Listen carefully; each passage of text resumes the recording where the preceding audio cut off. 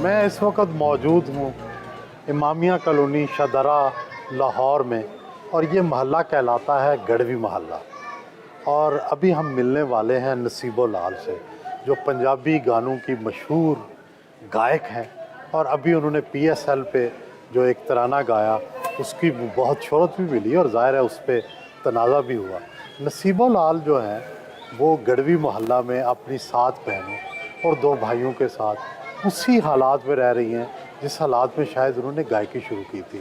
उनके माशी हालात तो बदले, हज़ारों गाने उन्होंने गाए, लेकिन वो अपनी जो रहन सहन है वो उन्होंने नहीं बदला। ये साथ ही रेशमा का घर है, वो भी इसी गढ़वी मोहल्ले में जो थी रहती थी। ये सारे जो हैं ये जयपुर राजस्थान के रहने वाले हैं, और गायकी ही और गाना ही इनका जो है वो बूदोबाश का एक ज़रिया है। और यहाँ हर तरफ गंदा पानी है, मक्खियाँ हैं, गंदगी के ढेर हैं, लेकिन इसके बावजूद वो यहीं रहती हैं अपने बहनों और भाइयों के साथ।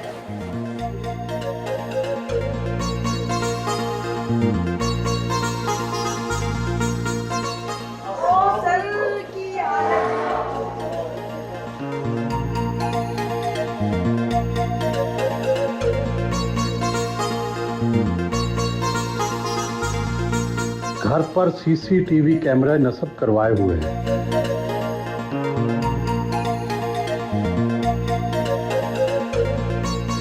राजस्थान के खाना बदोश खानदान से ताल्लुक जी। गढ़वी बजाकर हाँ ट्रेनों में, बसों में और शादियों ब्याह में गाती थी। जी जी। किसको आपकी आवाज़ में कशिश लगी जिसने कहा आप बड़े स्टेज पे गाने गा सकती हैं? मुझे शौक़ तो था थोड़ा बहुत गाने बजाने का, माइक पकड़ने का भी शौक़ था, थोड़ी बहुत प्रोग्राम करती थी। तो मेरी एक सहेली थी, उसका नाम रशीदा है, वो स्टूडियो लाइन पे वो उनका आना जाना था, तो मैं देखती थी। वो लड़की मेरी सहेली, वो मुझे कहती थी मैंने शान को देखा है, मैं सुल्तान राय को भी मिली हूँ। तो मैं उसको हैरान होकर देखती थी, भाई अच्छा फिर आप आर्टिस्टों को मिलती हैं? कहती हैं हाँ, तुम मेरे साथ चलो, मैं तुम्हें मिलाऊंगी। मैंने बोला मैं सुल्तान राय से मिलना चाहती हूँ, मुझे बहुत अच्छे लगते थे वो। तो उन दिनों में वो हयात थी, तो मेरा उधर आना जाना शुरू हो गया स्टूडियो। मैंने सुल्तान राय को देख लिया।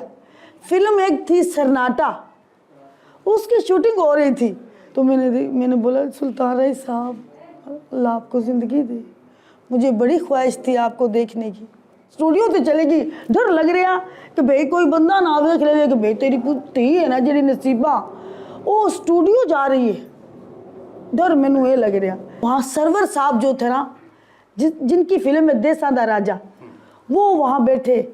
तो वो उसने बोला कि ये मेरी सहेली है, इसका नाम नसीबा है, इसको गाने का बड़ा शौक़ है। कहते अच्छा बैठ जाओ। मैंने बोला मुझे गाने का बड़ा शौक़ है, तो वजह ये है कि मैं गा नहीं सकती, कि हमारी बिरादरी में जो असूल है वो बड़े मुश्किल टाइप के हैं। तो उन्होंने बोला अच्छा, मेरी मंगनी हुई थी, डर मुझे ये भी था कि मेरी मंगनी ना टूट जाए, मैं बदनाम ना हो जाऊं, ये बड़ा डर होता है। तो फिर नसीबो तुम्हें कौन शादी तुम्हारे साथ करेगा, तुम तो आर्टिस्ट बन जाओगी, तो फिर लोग तो कहेंगे ये तो ख़तरनाक बड़ी है।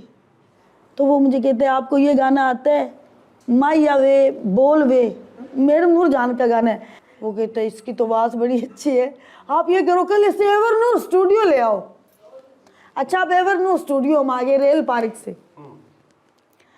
अब वहाँ मैं गाना गा रही हूँ, अखियाँ दे मोतियाँ दी टुट गई माला, मिल गए हंजुआ नू देश निकाला। सारे नूरजहां के गाने ही प्रैक्टिस करती थी जी, मैं उनकी फ़ैन थी बहुत बड़ी। मुझे उनके जो गाए हुए गाने हैं ना, उनकी वजह से मैं रिहर्सल मिली है मुझे बचपन से, इतनी सी थी ना मैं। तो मैंने पहला गाना मैडम नूरजहान जी का गाया, जदों होली जी लेना मेरा ना, मैं था मर जानिया।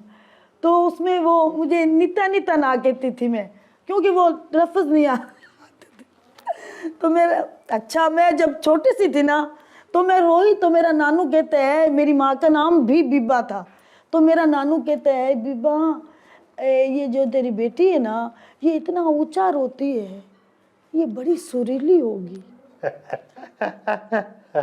रोने में भी सुर लगाती थी। हाँ, मैं बड़ा ऊंचा रोती थी और मैं 5वें नंबर पे बेटी थी, भाई नहीं था हमारे। और मेरे बाद बेटा हुआ है मेरी माँ के, फिर एक और बेटा हुआ है, 2 भाई लेकर आई हूँ मैं बचपन से क्या, मुझे अल्लाह ताला ने भेजा ही नसीब लिख कर है।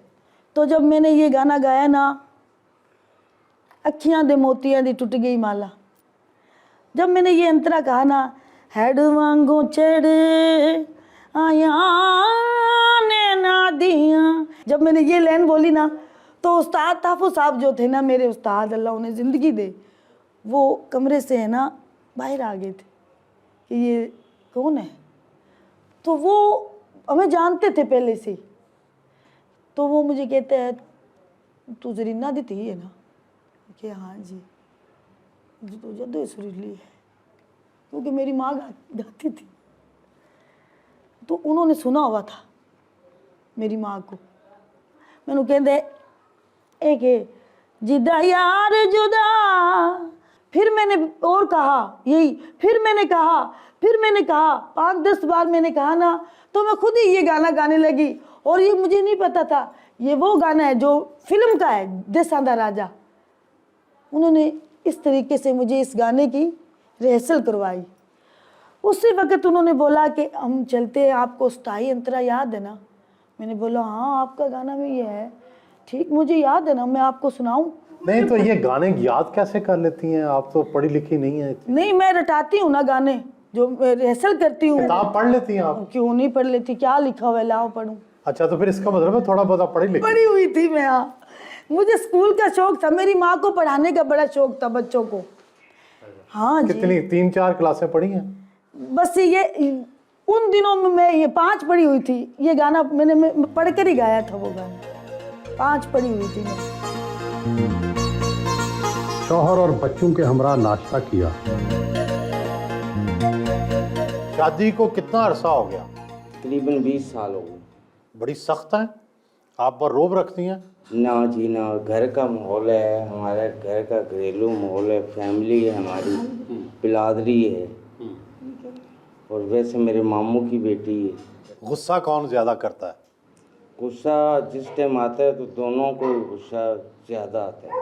अच्छा, फिर क्या करते हैं गुस्सा जब आता है? मैं मेरे भाई के घर चली जाती हूँ, ये उधर अपने भाई के घर, इसको इधर छोड़ देती हूँ, मैं इधर रह जाता हूँ, फिर 1-2 दिन के बाद हम ले ले आते हैं मुझे। आप भी गाने सुनते हैं इनके? क्यों नहीं जी, मैं खुद तबला बजाता हूँ। ये हाँ, आम तौर पर लोग थोड़े अमीर हो जाएं तो गली मोहल्ला बदल लेते हैं, अपनी बूदोबाश बदल लेते हैं। आप उसी गढ़वी मोहल्ले में अजीज़ों रिश्तेदारों के करीब रह रही हैं, ऐसा क्यों? नाम ही गढ़वी मोहल्ला है। हाँ, तो हमारे मोहल्ले का। हाँ। अच्छी बात है ना, औकात नहीं भूलनी चाहिए। क्या हुआ है, किधर रहना है, मरना नहीं है क्या? मरोगे वो मिट्टी मुझ पे पड़ेगी जो नवाबों पे पड़ेगी, वही मेरे पे पड़ेगी। थोड़ा ही झूठ बोल। नहीं तो फिर घर वालों ने आपको कैसे कबूल कर लिया? सुनो, ये भी हाय हाय, ये तो बड़ी डेंजर बात है। वो गाना मुझे चले गए लेकर भट्टी स्टूडियो गई, तो वहाँ अदरीस साहब थे। तो मुझे नहीं पता है कि भाई मेरा गाना रिकॉर्ड होगा, अभी भी मुझे नहीं पता है। वो गाना मैंने तो याद किया हुआ है ना। ये बड़ी दुखिया बात है। अब मैं डरूंगी ते नाल ही मैंने उस्ताद जी कह रहे हैं, तू ये कर, ए अस्ताई है ना जेड़ी, ए खादम हुसैन तेरे नाल जांदा है, ते रिदम नाल ओ जड़ा मैक लगे है ना अंदर, ओदे ते कह के आ। हाँ, महकते कहना है? अच्छा हुण पता नहीं है मैनू। महकते कहना, कोई गल नहीं उस्ताद जी, कह देंगी। हुण जिस वेले मेरी आवाज़ मैं गाई ना उस्ताई, ते अदरीस साहब होरे कहंदे ने, यार एदा आवाज़ बड़ा चंगा है। अच्छा, रिकॉर्डिंग हो गई, बाहर आ गई, हुण बार बार लाई जावे। ते उन्हें सर्वर ने मैनू इशारा किया कि नसीबो ये गाना इस फिल्म दा है। तो मैं क्या है, मैं गा रही हाँ, फिल्म का गाना गा रही हाँ। अच्छा बड़ी गल है। हुण मैं कहां या अल्लाह किथे ना होवे मेरा निकाह टुट जावे। गाना मैं हुण ओ स्थाई गाई इन्ने विच।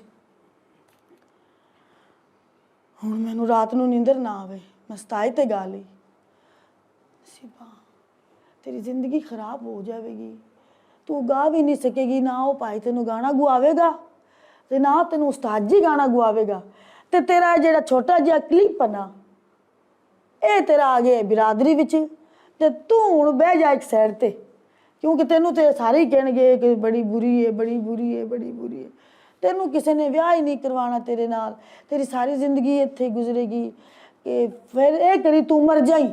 मैं भी सोच लिया वहाँ फेरे कर नसीबो फिर तू मर जाई। अच्छा सुबह हुई मेरी माँ आ गई तो मैं मेरी माँ नू कहा माँ मेरा भट्टी स्टूडियो ट्रैक हो रहा है। माँ ट्रैक का भी मैंने उस्ताद जी ने दस दिता भाई गाना रिकॉर्ड हो रहा है बेज बन रहे तो माँ मेरे नाल चल ते उत्थे गाना करना है।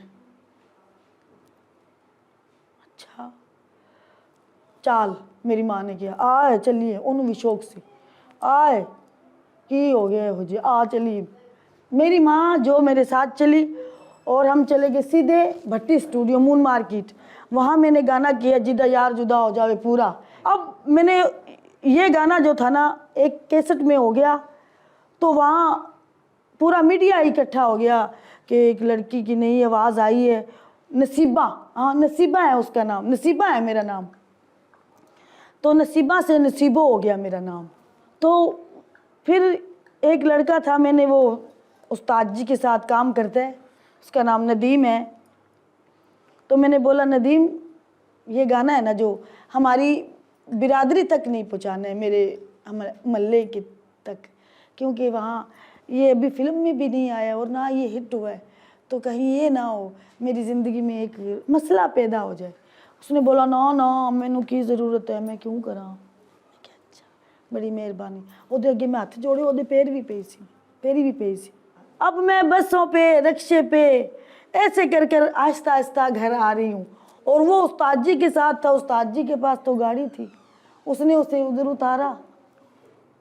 वो तो मेरे से पहले 2 घंटे पहले पहुँच गया। उसने अपनी दुकान पे फुल स्पीड क्या लगाया हुआ। मैं घर आ गई। मेरे भाई ने ईंट है ना जो ईंट उठा के और मेरे मुंह पे मार दी। ईंट है ना जो ऐसे गिर गई आगे आके मुंह पे इधर ऐसे गिर गई। ये क्या हुआ? लगी नहीं? नहीं, जैसे कि करिश्मा होता है ना, लेकिन उसने मेरा मुंह खराब कर दिया था। उसने तो मार दी। मेरी माँ ने फिर से बोला क्या हुआ? पूरी दुनिया सुन रही है, कोई थिएटर से गा कर आ रही है क्या, या कोई मौत के कुएं में गा के आ गई, या कोई रेडियो पे गाया है, टीवी पे गाया, उसका तो गाना ही फिल्म में है डायरेक्ट। वो समझदार थी मेरी माँ। एक वक्त ऐसा भी था जब आपसे आपकी मर्जी से या मजबूरन आपसे फोश गाने और फजूल गाने भी गवाए गए, इससे बड़ी बदनामी हुई।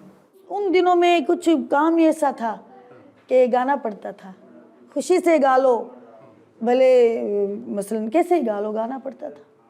नहीं, क्या पैसों की वजह से या ज़बरदस्ती करते थे? नहीं नहीं, मुझे भी गाने का शौक था। घर में तोता रखते हैं ना लोग, रखते हैं ना, उससे आप कलामे पाक भी पढ़वाते हैं। और कई घरों में ऐसे भी तोते हैं जो गालियाँ निकालते हैं ना।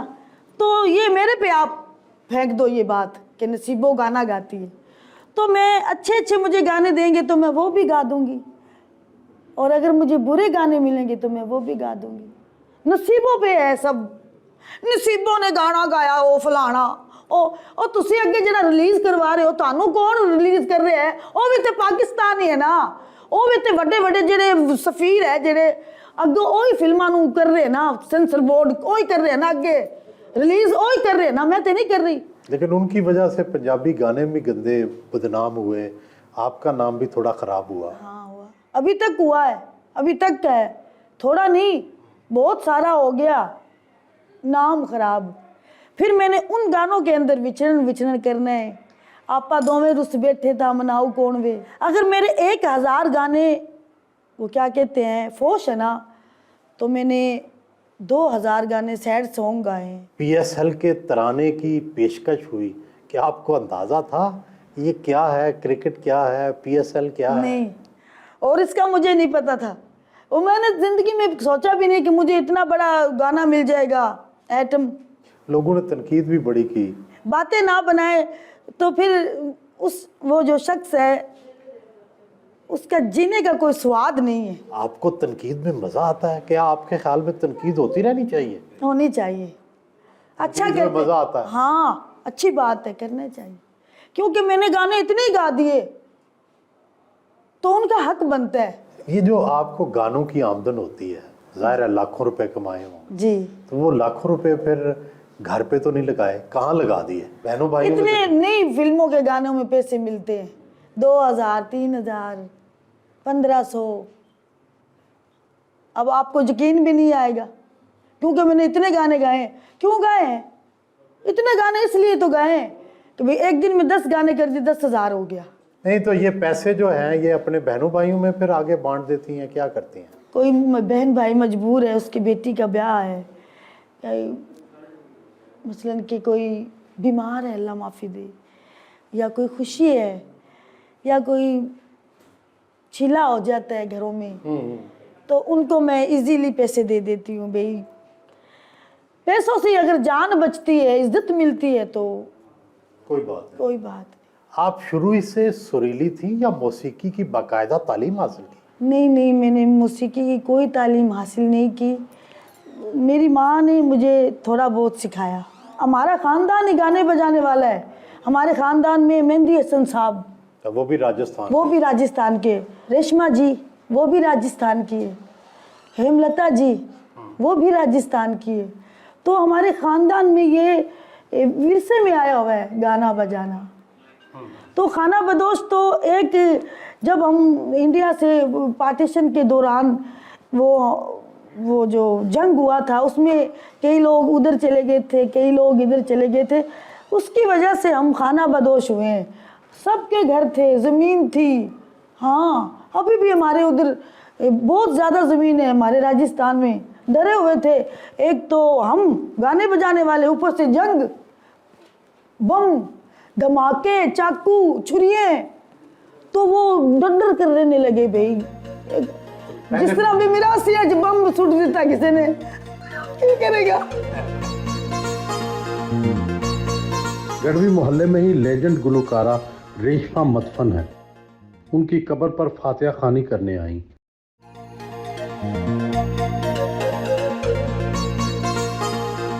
घर के पड़ोस में वाक़या अपने कज़न की दुकान से पान लगवाए। पीली पत्ती वाला पान बहुत शौक से खाती हैं।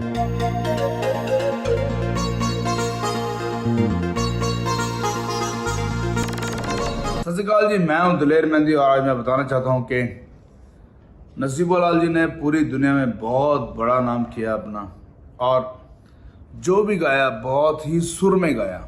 नसीबोलाल जी ने इंडिया में बहुत ज़्यादा नाम कमाया और पूरे वर्ल्ड में जहाँ जहाँ भी म्यूज़िक को प्यार करने वाले हैं, लोग सुनने वाले हैं, हर जगह उन्होंने मतलब फतेह के झंडे गाड़ दिए।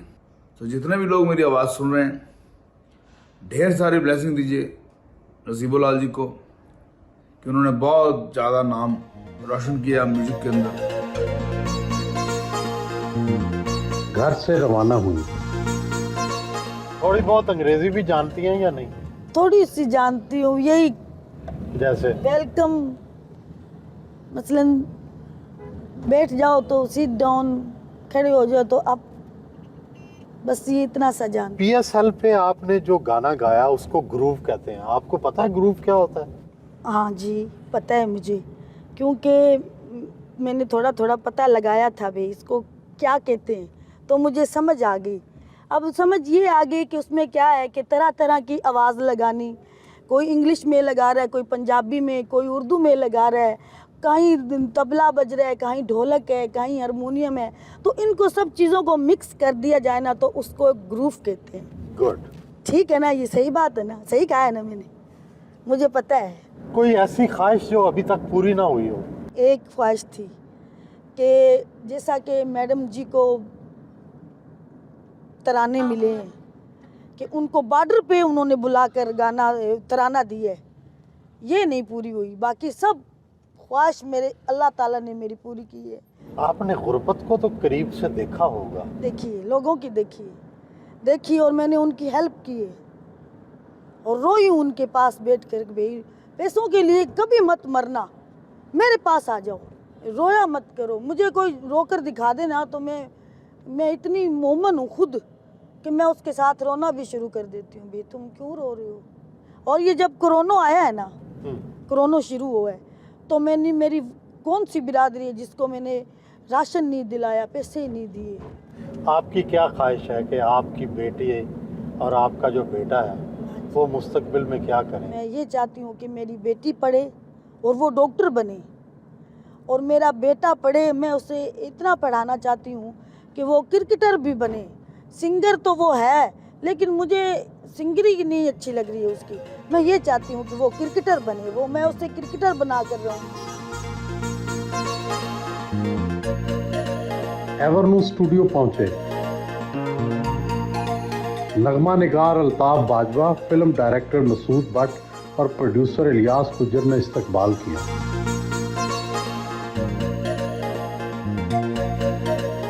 कुछ लोग अल्लाह ताला से पता करता है कि उनका सानी सदियों पैदा नहीं होता।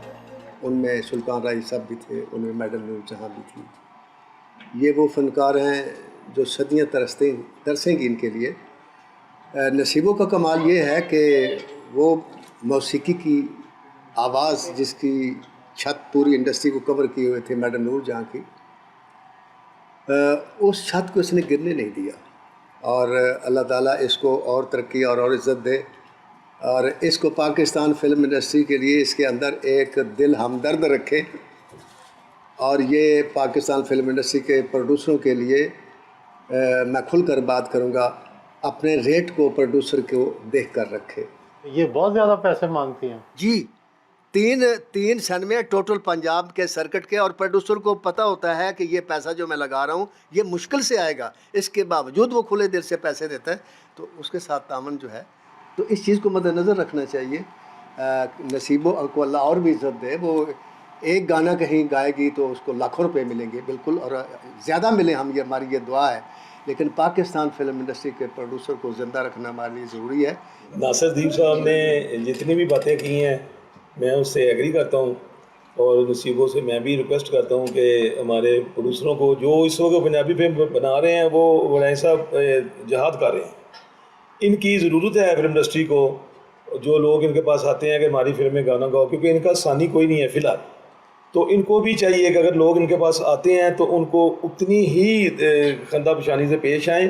इनका अंदाज़ है गाने का, मेरा ख्याल है कि जितना सुर और लय जो म्यूज़िक डायरेक्टर चाहते हैं इस वक्त इस दौर के, वो थोड़ा सा काफ़ी ऊंचा है, लेकिन नसीबों उनके सुर और लय में पूरी फिट बैठती है, और इसीलिए इनका हिट होने का ये जवाब है। नहीं, मैं इसकी थोड़ी सी क्लियर करने लगा ना बात, जो दोनों की बात अच्छी है, लेकिन अगली बात ये है कि नसीबों पर मान भी जाती है। ये मुझे पता है कि नसीबों अगर डिमांड करती है ये लूँ, कि मैं कहता हूँ नहीं, ये इंडस्ट्री है, ये हमने इसका साथ देना, फिर मान भी जाती है। ठीक है, मुझे आप एक बता दो, थोड़ी सी बोल लूं।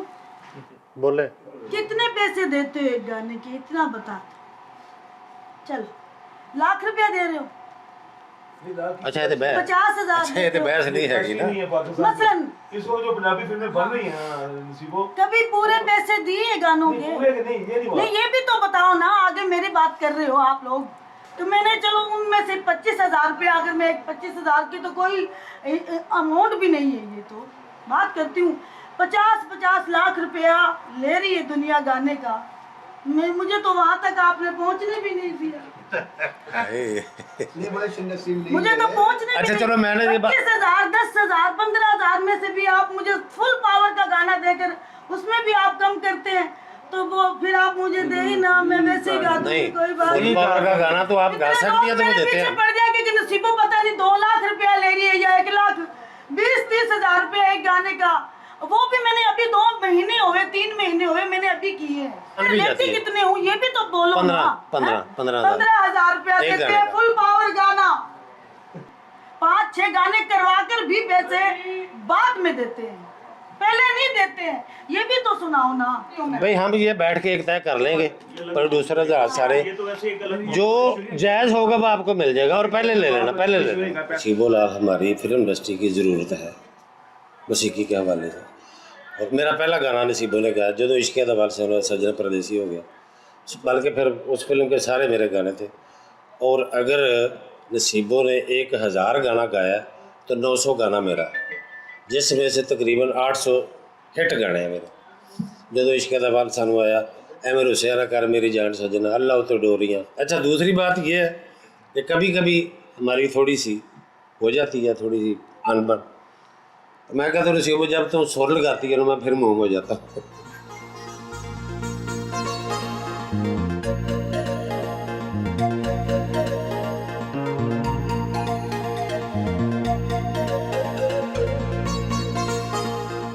अपने गाने तो अच्छे लगते ही होंगे, और किसके गाने पसंद हैं जो अक्सर गुनगुनाती हों? मेहंदी हसन साहब सुभान अल्लाह, लता जी सुभान अल्लाह, रफ़ी साहब, किशोर कुमार, गुलाम अली साहब, नुसरत फ़तेह अली, राहत फ़तेह अली साहब। और फोक में मैं किनको पसंद करती हूँ पता है क्या? रेशमा जी और आरिफ अलवार साहब को। और मैडम जी की मैं बहुत बड़ी फ़ैन हूँ, और वो मेरी रूहानी उस्ताद है। मैं शुरुआत ही मैडम जी के गाने से करती हूँ और आखिर भी उन्हीं के गाने से करती हूँ। मैडम से तो नहीं आप मिली, मौका मिला होगा? नहीं, आप छोटी मैं गई थी, नहीं, मैं गई थी कराची जब मैडम जी हयात थी, मिलाया भी नहीं मुझे। हम दरवाजे पे खड़े थे, अंदर भी नहीं हमें आने दिया कि शोर होगा तो वो जाग जाएंगी। तो फिर मैंने बोला हम शोर नहीं करेंगे, हम चले जाते हैं, कोई बात नहीं। अस्सलाम वालेकुम दोस्तों, मैं एक गुलकारा दा बेहद फैन हो गया। मैडम तो बाद एक आवाज़, प्रोमीनेंट आवाज़ आई जिहड़ी पूरी दुनिया ते छा गई, नसीबा वाली नसीबो लाल। और एक दिन जियो नाल वो गुजारनगे, और आई होप, मैनू पता है कि वड़ैच साहब प्रोग्राम ही बा कमाल करते हैं। मैं भी गया हुआ उस प्रोग्राम विच। नसीबो लाल जी फाहद फनकारा है, जिहड़ी वर्सेटाइल ने, बहुत सुरीले ने। असी सब उन्हां दे फैन हाँ, मैं उन्हां लई हमेशा दुआ गो।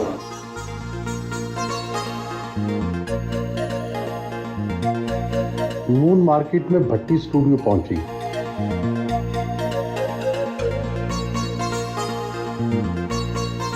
नसीबो के गाने इंडिया से बहुत ज़्यादा जो कनाडा में फिल्में बन रही हैं, फिर बड़े आर्टिस्ट मैं जाता हूँ बाहर, इंग्लैंड वगैरह अमेरिका जाता हूँ मैं, तो सारे इंडियन आर्टिस्ट से हम गेट टुगेदर होती है हमारी।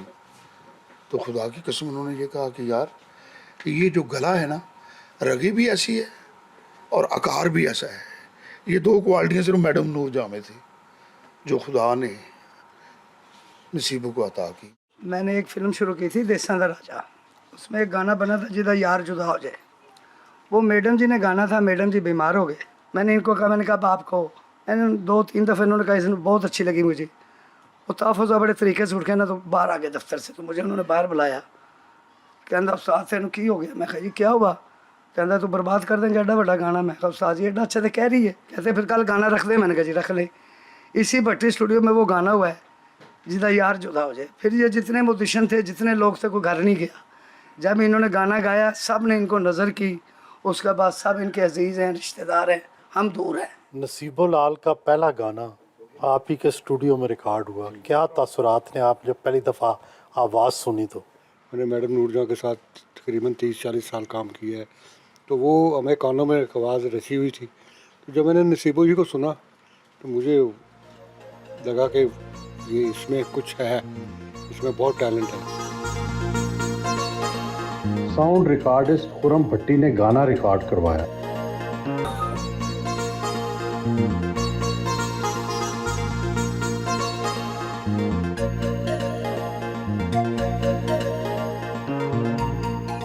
नसीबो जी, लोगों को शोहरत मिलती है, आप जैसी गुलकारा हैं तो कई नए परस्तार पैदा हो जाते हैं, कई नए आशिक भी पैदा हो जाते हैं, तो आपको पेशकशें तो करते होंगे कई लोग। क्या बताऊँ आपको, कहते हैं लोग लेकिन वो मेरी तो अब शादी हुई है, मेरे बच्चे हैं, मैं क्यों ऐसी सोच रखूं कि जिसमें मेरा घर बर्बाद हो जाए। लेकिन लोग तो कहते हैं ना, वो अभी देखे तो सही में अभी जो आर्टिस्टों की अगर बात करें ना, फिल्मी अदाकारों की, तो मैं ऐसी इतनी प्यारी फैन हूँ कि मैं जब कोई लड़ाई होती है, कोई घर में मजाक होती है, तो मैं ये कहती हूँ कि मैं अल्लाह करके मैं कोई गुमिंदा के साथ शादी करवा लेती, या मेरी सलमान के साथ शादी होनी थी, मेरी शान के साथ शादी हो जानी थी। तो वो हर, जैसा कि आपने सही कहा है कि वो परस्तार तो होते हैं, तो उनकी भी सोच होगी, मेरी भी सोच है ये, तो उनकी तो होगी। डिफेंस में पीएसएल के ऑफिशियल सॉन्ग ग्रूव मेरा के म्यूजिक कंपोजर जुल्फकार जब्बार खान जुल्फी के घर पहुंची। अस्सलाम वालेकुम। कैसी हैं आप? कैसे हैं? जबरदस्त। कहाँ पीएसएल जैसा पॉश इवेंट और कहाँ नसीबो लाल जैसी पंजाबी गाने गाने वाली गुलकारा का इंतखाब, ये ख्याल कैसे आया? पीसीबी में होती है नताशा, उन्होंने नाम कहा कि मेरे पास कुछ दिमाग में आइडियाज़ हैं, नाम है, कहती मैं वैसे ही बता रही हूँ जो मुझे नाम मेरे जहन में है। उन्होंने पहला नाम लिया नसीबो लाल। मैंने 2 सेकंड बाद कहा यही करना है, इधर ही बैठ के। हालांकि था डेयरिंग क्यों था? मैं बताता हूँ क्यों। चेंज डेयरिंग होगा। लेकिन बड़ी तनकीद हुई, बड़ा रद्द अमल आया, इससे आप परेशान नहीं हुए? अच्छा, मैं जी बड़ा सब्र वाला इंसान हूँ आपसे अगर ऑनेस्टली बात करूँ। वैसे इनकी आवाज़ में क्या ख़ास चीज़ है? जब ये इनसे मेरी बात हुई ना, जब ये बल्कि आई, सुर ऊंचा था, तो मैंने कहा नीचे करूँ। एक हल्की सी बात हुई कि आपको लगता है करना चाहिए। उन्होंने कहा नहीं, मैं जुल्फ़ी इसी पे गाऊँ, और इसके अलावा इस सुर पे ना वैसे ही गाना बड़ा आसान नहीं होता, और इस सुर पे इस कमांड के साथ और इतना सुरीला होके और इस थ्रो के साथ। और दूसरी अच्छी बात, और जो लफ्ज़ लिखे गए थे ना, हमने लिखे इनके लिए। आज वेखेगा क्राउड मेरा ग्रूव टीवी पे, इनके लिए लिखा, इनकी आवाज़ को, पर्सनैलिटी को, सब कुछ सोच के। वो म्यूज़िक ऐसा है, म्यूज़िक इंटरनेशनल है, उसकी जो मेलोडी नहीं, जो पीछे सब हमने उसकी अरेंजमेंट की, इंटरनेशनल किया था कि दुनिया को भी दिखा सकें यार ये हमारा इंटरनेशनल इवेंट हो रहा है, और ये जी हमारी इंटरनेशनल आउटलुक है म्यूज़िक। जुल्फी ने घर की बेसमेंट में ही स्टूडियो बना रखा है।